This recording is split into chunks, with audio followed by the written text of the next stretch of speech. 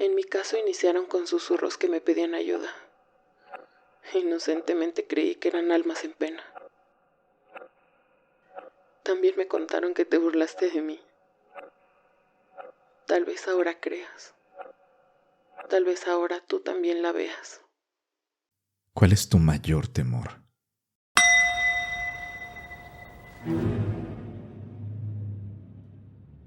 ¿Alguna vez has sentido que algo te observa desde la oscuridad? Si miras al vacío, el vacío te devolverá la mirada.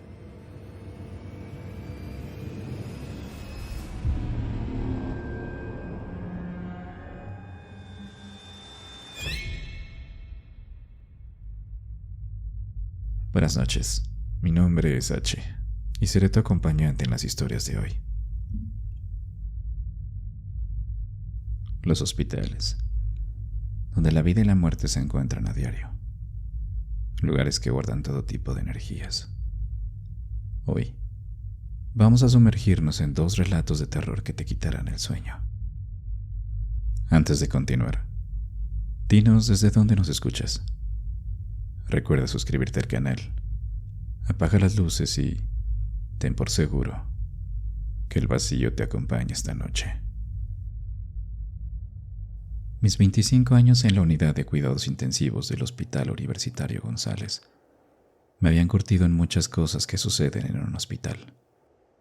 Había visto de todo: la vida aferrándose por un hilo, la muerte llegando de forma súbita donde aparentemente ya había alivio, el dolor de una familia que enfrenta una pérdida que te cala hasta los huesos, y eres tú quien debe llevar la noticia.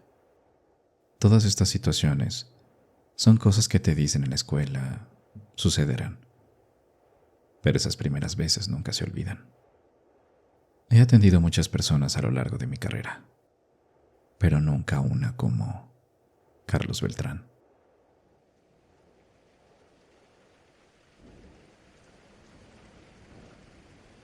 Era una noche de martes, recuerdo. La lluvia golpeaba las ventanas sin tregua. Un preludio quizá de la tormenta que se nos venía. El hospital, como siempre, a reventar. Pasillos llenos, camillas por doquier. El zumbido constante de los equipos. Beltrán llegó directo de emergencias, escoltado por 2 policías y con una historia de terror que lo precedía.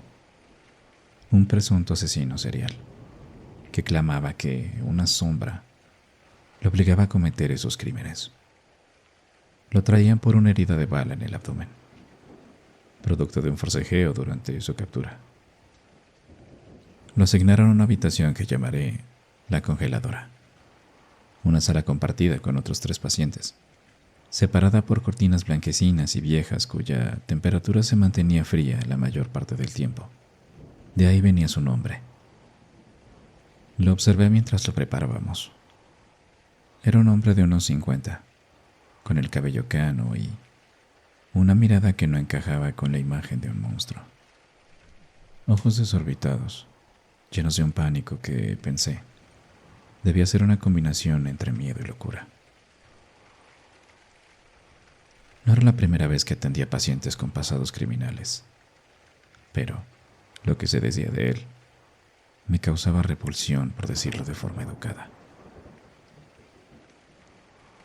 No entraré en detalles sobre ello, pero, de ser ciertos los rumores, espero exista un lugar donde pueda pagar todo el mal que hizo. Beltrán murmuraba sin parar, casi en voz inaudible. La sombra no me deja, está aquí. Al principio pensé que eran disparates de una persona con delirios, pero mis colegas, tanto doctores experimentados como personal más inexperto, extrañamente se miraban con una mezcla de nerviosismo. En charlas de pasillo con algunos practicantes, me decían que era como si él estuviera rodeado de una negrura profunda, algo que te hacía sentir un extraño sentido de desolación. Por mi parte no quise dejarme llevar por eso. Para mí era un criminal, más allá de lo que lo haya llevado a cometer esos actos.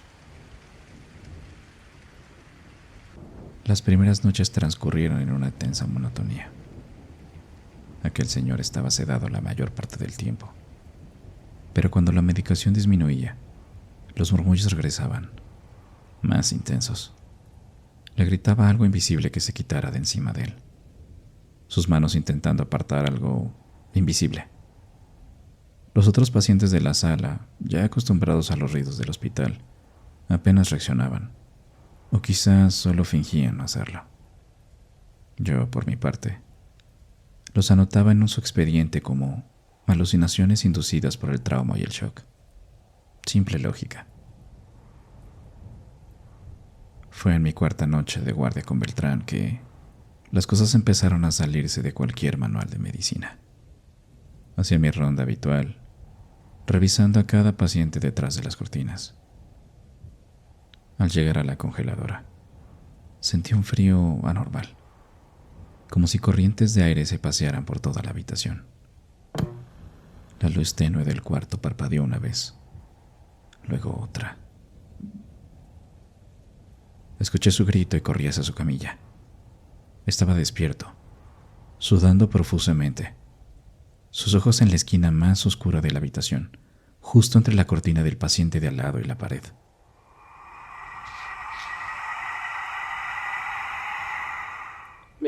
Me mira, ya deja de mirarme. Ya no quiero.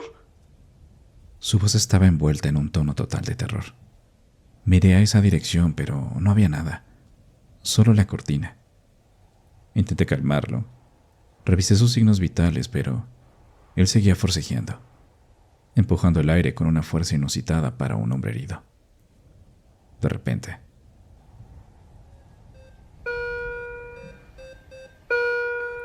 el monitor cardíaco del paciente de la camilla contigua, un anciano con neumonía, empezó a sonar con una alarma estridente y continua. Corrí a revisar. El anciano estaba pálido, sus ojos abiertos de par en par, fijos en el mismo punto. No solo parecía estar asustado, estaba congelado por el pánico. Sus signos vitales se dispararon.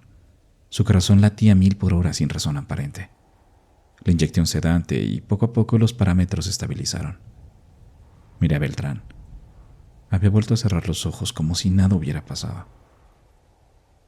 Mis manos temblaban. Las noches que siguieron se volvieron una tortura. Los ruidos se intensificaron. Podía jurar que escuchaba susurros provenientes de las esquinas de la congeladora, como si varias voces hablaran al mismo tiempo. A veces, las persianas de las ventanas, aunque cerradas, parecían agitarse ligeramente y una corriente de aire helado me erizaba la piel. Beltrán cada vez estaba más consciente. Se retorcía, gemía y suplicaba por un sacerdote. Decía que ya estaba cansado, que ya no quería seguir, que no haría daño a nadie más. Sus alucinaciones no eran solo visuales. Parecía sentir presencias, toques fríos. De vez en cuando se le escuchaba gritar que lo soltaran, que su piel ardía, pero al llegar a la habitación no había nadie. Solo él en su episodio que continuaba hasta de repente entrar en un estado de sueño repentino. Una noche, mientras fui por algo para calmar el hambre en la máquina expendedora, escuché un ruido muy fuerte y seco proveniente de la habitación donde estaba Beltrán. Entré rápidamente. Una de las bolsas de suero, que colgaba perfectamente de su soporte, estaba en el suelo, con el líquido derramado. Nadie más había entrado a la habitación. La había colocado yo misma hace 10 minutos. Un escalofrío me recorrió la espalda y empecé a cuestionar a mi propia cordura. ¿Era el cansancio? ¿La sugestión por las historias? Pero no podía negar lo que veía en mis propios ojos. La tensión en la UCI era palpable. Los enfermeros más jóvenes se negaban a hacer la revisión a esa habitación. Los más veteranos, aunque disimulaban, se movían con una prisa inusual al pasar por esa puerta. Necesitaba una explicación, una razón que no me llevara a la locura. Una tarde, mientras la luz del sol se diluía, una de las enfermeras más antiguas, doña Laura, me vio con una expresión de preocupación en el rostro y se acercó. Brenda, sé lo que estás pensando y quiero decirte que es real. Todos aquí nos sentimos nerviosos. ¿Sabes lo que encontraron en su casa? Obviamente hablaba de él. Es frecuente tener pacientes con episodios de alucinaciones, pero lo que me llamaba la atención era cómo esta sensación de terror era visible para todo el personal. Nos sentamos y doña Laura me contó sobre los cuerpos, las figuras de lo que únicamente se podían describir como diablos, las herramientas que encontraron en sus cajones. Lo que le hacía animales era horrible, y lo que se decía podían encontrar escondido detrás en el jardín.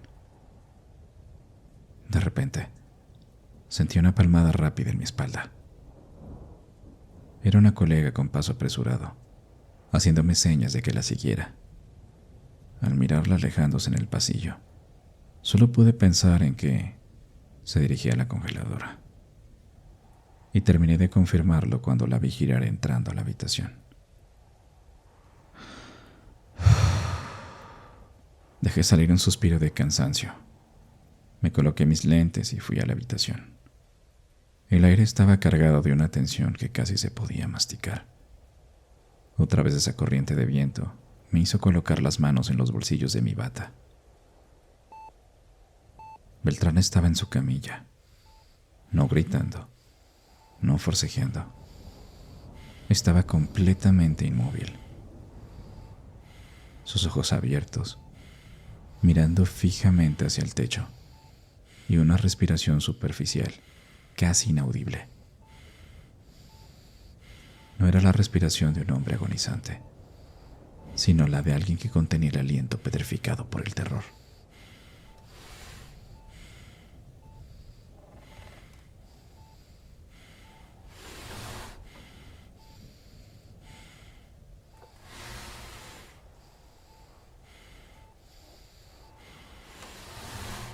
Escuché un sonido, débil al principio, como si algo se arrastrara por el suelo de la habitación a mis espaldas.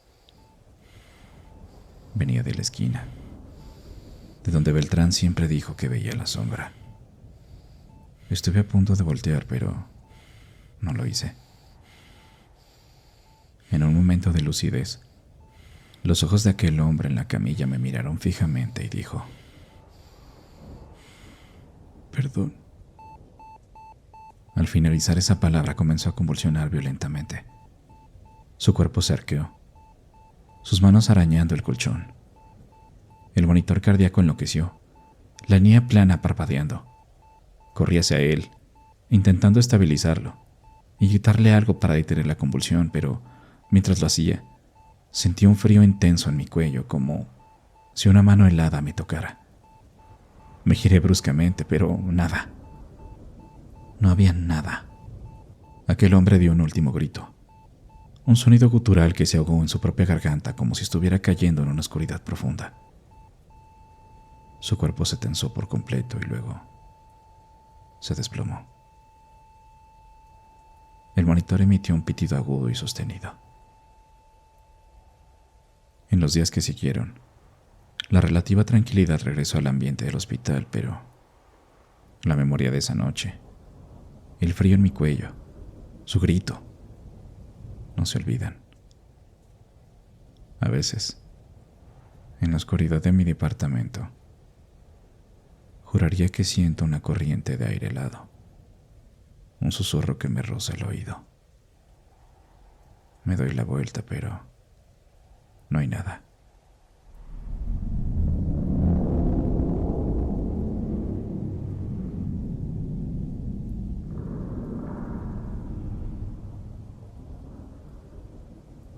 Nunca había vivido una experiencia paranormal. Me jactaba de ser escéptico ante cualquier historia de terror, hasta que las paredes de ese hospital me demostraron que existen cosas que no siguen la lógica.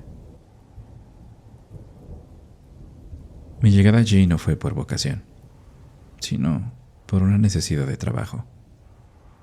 Hoy en día es difícil conseguir uno, más si tu idea o tu plan es hacerlo en un hospital de renombre, o si buscas gozar de todas las prestaciones que un trabajo formal te puede dar.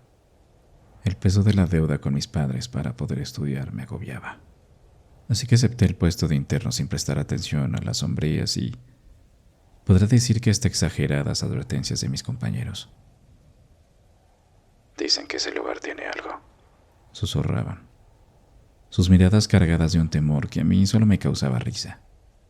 No jodan, solo gente ignorante cree en esas cosas, le respondía con un tono incluso molesto.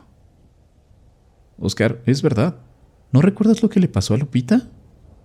Me respondió Agustín, algo preocupado. ¿La loca? Todo el mundo ya sabíamos desde las prácticas que estaba, ya sabes, mal, le respondí sarcásticamente. Lo acepto. Tal vez me pasé con Lupita, pero es que después de sus prácticas en ese hospital, dejó la escuela y sus amigos dijeron que comenzó a hablar de cosas que vio. Sobre apariciones y no sé. Y otras tonteras como que la perseguían incluso fuera del hospital. Llegué mi primer día laboral un lunes. Aún lo recuerdo claramente. Por mis prácticas. Ya estaba acostumbrado a las formas de trabajo de un hospital, pero acá era diferente. Era un hospital alejado de la urbe, con recursos limitados que se notaba mucho en las instalaciones y en general la falta de personal. Las primeras 2 semanas transcurrieron bajo papeleo interminable, guardias, hacer más allá de mis funciones por falta de personal. Fue durante mi primera rotación nocturna cuando la atmósfera del hospital comenzó a cambiar. De repente las miradas de todo el personal eran diferentes y notaba que la gente evitaba pasar por pasillos que, por la precariedad del hospital, se encontraban oscuras por falta de mantenimiento. En algunas zonas las luces parpadeaban sin cesar, lo que hacía que mi mente me empezara a jugar bromas. Juraría que en más de una ocasión vi siluetas entre los pasillos oscuros y pude escuchar como si alguien manipulara instrumental dentro de habitaciones que estoy seguro estaban vacías. Era algo bastante extraño, pero quise atribuirlo al viento o a que el edificio ya era bastante viejo. Salí del edificio a fumar un cigarro y vi a un grupo de enfermeros platicando cerca de la entrada. Algo de su conversación me llamó la atención. Lo mismo me sucedió en la 312. Vi una figura pálida y traslúcida, vestida con un antiguo uniforme de enfermera, flotando al final del pasillo oscuro, pero había algo muy mal. Fingí que buscaba algo en mi bata para hacer tiempo y escuchar de lo que hablaban.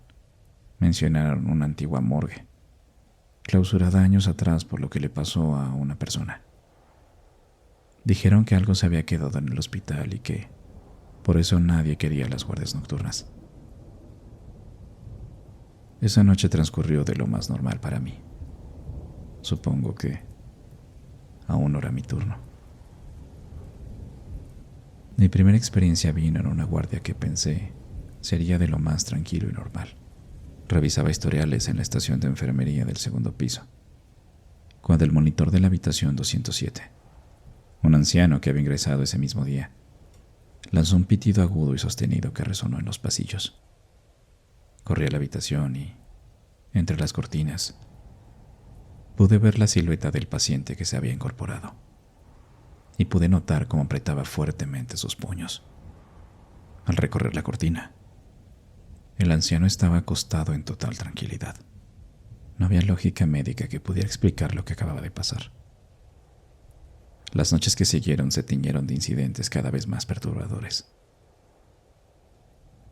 Una noche, durante mi ronda, una melodía infantil tenue y distorsionada parecía emanar de la sala de pediatría, un lugar vacío de niños en ese momento. Alcancé a vislumbrar una silueta pequeña y escurridiza que se desvanecía en la penumbra del pasillo. La seguí y la vi entrar en la sala de urgencias. Corrí tan rápido como mis piernas me permitieron, pero al llegar, la sala estaba vacía. Para este punto comencé a cuestionarme muchas cosas. Posiblemente eran compañeros queriendo hacerme bromas o tal vez me había sugestionado por lo que escuché sobre la morgue. La atmósfera del hospital comenzó a consumirme. El cansancio por la distancia entre mi casa y el hospital me empezó a generar ansiedad, sobre todo cuando me tocaba cubrir guardias nocturnas. Antes no lo percibía desde una perspectiva paranormal, pero el nerviosismo en los demás era evidente al llegar la noche. Tal vez todos tenían miedo de algo. Pasé de ser una persona totalmente escéptica a creer que este lugar realmente guardaba energías, por no llamarlo de otra forma. Un día, en la sala de descanso, encontré un viejo diario olvidado en un armario empolvado. Por lo escrito, creo que perteneció a una enfermera que había trabajado allí décadas atrás, mirando las fechas. Las primeras entradas eran rutinarias, como si anotara recordatorios del día a día, pero a medida que avanzaba en las páginas amarillentas, las notas ya no eran de trabajo. Hablaba de presencias, de susurros que venían de habitaciones vacías y de la creciente certeza de que algo maligno habitaba los cimientos del lugar. La última entrada se cortaba abruptamente con una frase escalofriante. Ya viene por mí. Está en la morgue. Movido por una mezcla de curiosidad y una necesidad de calmar la ansiedad, dando una explicación lógica a todo esto, decidí explorar la antigua morgue. Tuve que caminar por un pasillo estrecho y mal iluminado. Las tuberías goteaban con un ritmo lento y constante, mientras avanzaba con la luz de mi celular, que por supuesto me aseguré de cargar al 100%. Al final del pasillo pude ver un par de puertas desgastadas que, sorprendentemente, solo estaban bloqueadas con cajas de archivo muerto e inmobiliario desgastado. Las paredes eran de azulejo blanco amarillento y agrietado en múltiples puntos. A lo largo de la sala se alineaban camillas de metal corroídas por el óxido. Algunas conservaban restos de correas de cuero deshilachadas, lo que me hacía cuestionarme: ¿para qué las necesitarían en una morgue? En el centro de la sala, una mesa de autopsias de acero inoxidable, ahora cubierta por una fina capa de polvo, reflejaba ligeramente la luz de mi celular, mostrando manchas oscuras y resecas que seguramente serían de fluidos corporales. Estaba a punto de dar media vuelta, pero el sonido vino de una de las esquinas, como si algún instrumento se hubiese caído. Seguro fue una rata, dije en voz alta con toda la intención de tranquilizarme. Sé que pude haber levantado el celular y alumbrar lo que fuera que estaba allí, pero me aterraba la idea de pensar que no estaba solo. Di 2 pasos hacia atrás sin apartar la mirada.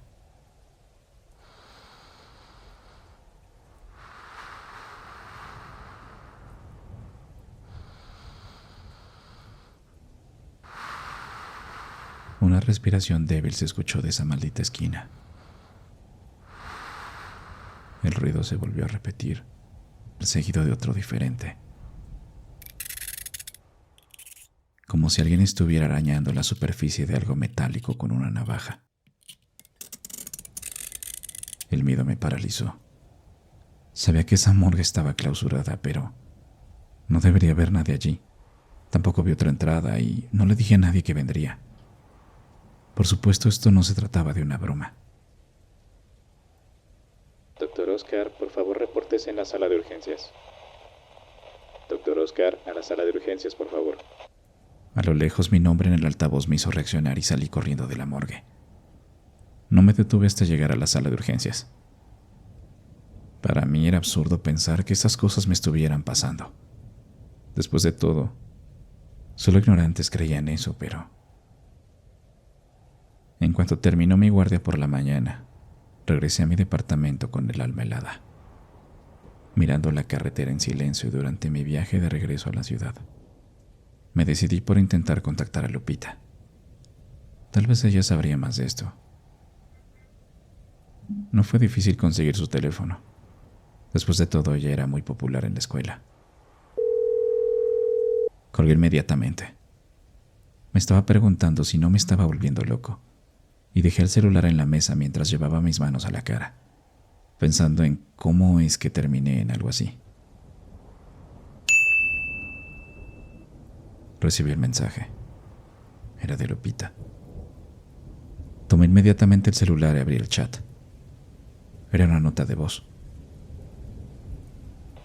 Oscar, sé que eres tú. Supongo que me buscas porque ya empezaron, ¿no? En mi caso iniciaron con susurros que me pedían ayuda. Inocentemente creí que eran almas en pena. Muchas veces les recé y prendí velas, pero las voces no se iban. Aún recuerdo ese vestido de flores. Aún tengo las marcas en mis brazos. En las noches arden como si me recordaran que aún están cerca.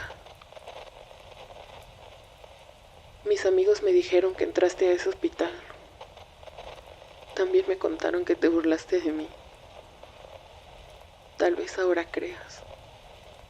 Tal vez ahora tú también la veas.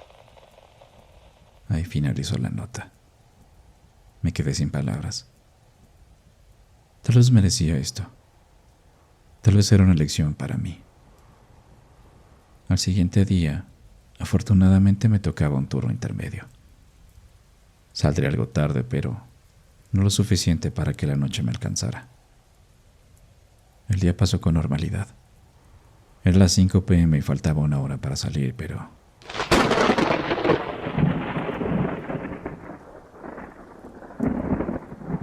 Una gran lluvia azotó y supe que estaba jodido. Verás, el hospital es un poco difícil de acceder y se pone peor cuando llueve por las inundaciones. Se ve que no podría conseguir combi que me llevara de vuelta, así que tendría que esperar a que pasara la tormenta.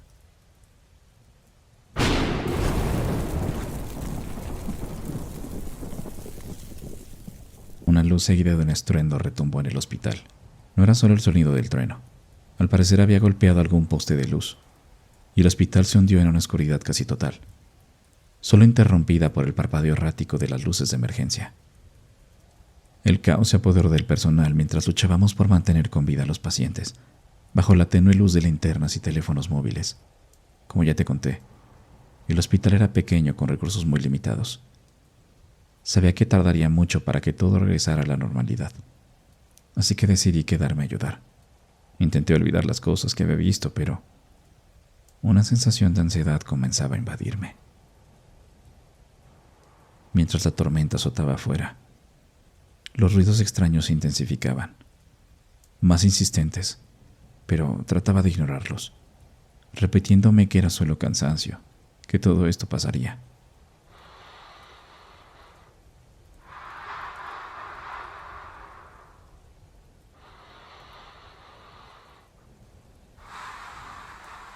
Esa respiración, la que escuché en la morgue, parecía provenir de todas partes. Susurros se escuchaban en los pasillos oscuros. Sentía que algo estaba a punto de suceder.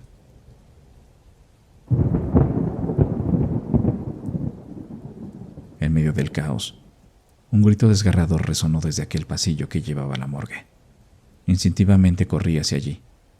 La luz de mi celular temblaba en mi mano. Al llegar, la puerta de la morgue estaba abierta de par en par. Un hedor nauseabundo, una mezcla de descomposición y algo más, emanaba del interior, pero podía escuchar el ligero llanto de una niña.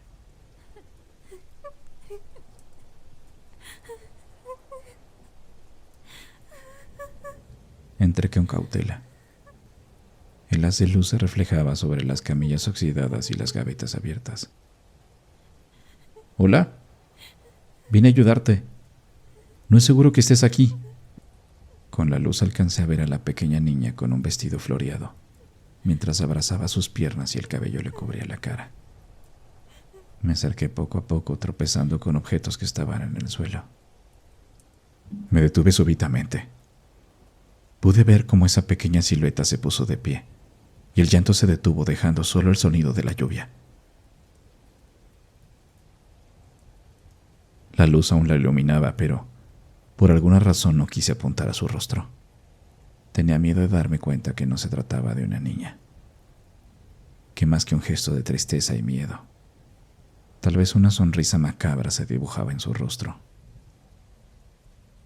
Di 2 pasos hacia atrás y pude escuchar que algo a mis espaldas cayó.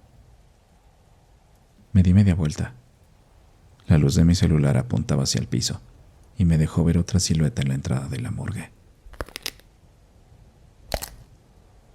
No parecía tener cabello y, donde deberían estar sus ojos, había 2 puntos brillantes. Estaba por levantar el celular e intentar llamar a algún compañero, cuando esa figura empezó a correr hacia mí. Giré a mi derecha intentando evitarla. Solté el celular y al correr tropecé con algo en el piso. Me levanté y al hacerlo, pude ver la tenue luz del pasillo que daba a la morgue. Corrí hacia allá, pero sentí el empujón en mi espalda de unas manos huesudas con dedos muy largos, que me dispararon hacia una de las paredes y todo quedó en pausa. Desperté en una habitación compartida con varios pacientes. La luz ya había regresado, y un fuerte dolor en el cuello vino de repente, como si me recordara que todo esto fue real. Salí caminando de la habitación, y un colega al verme corrió hacia mí, lo que me hizo reaccionar con miedo, y al dar un paso hacia atrás caí. «Oscar, no deberías levantarte». «¿Qué sucedió?» «Pues un paciente buscando a los sanitarios te encontró tirado en el pasillo que da a la vieja morgue». «¿Qué haces ahí? Todo mundo sabe que nadie debe bajar a ese lugar y menos de noche». Por un instante quise contarle todo, pero decirlo era como aceptar que todo esto es real. Tanto que pueden tocarte, pueden lastimarte, saben cómo llamar tu atención. Son totalmente conscientes de lo que hacen. Después de esa noche no volví. Y de vez en cuando puedo escuchar esa respiración a lo lejos, como si me quisieran recordar que ahí están, esperándome.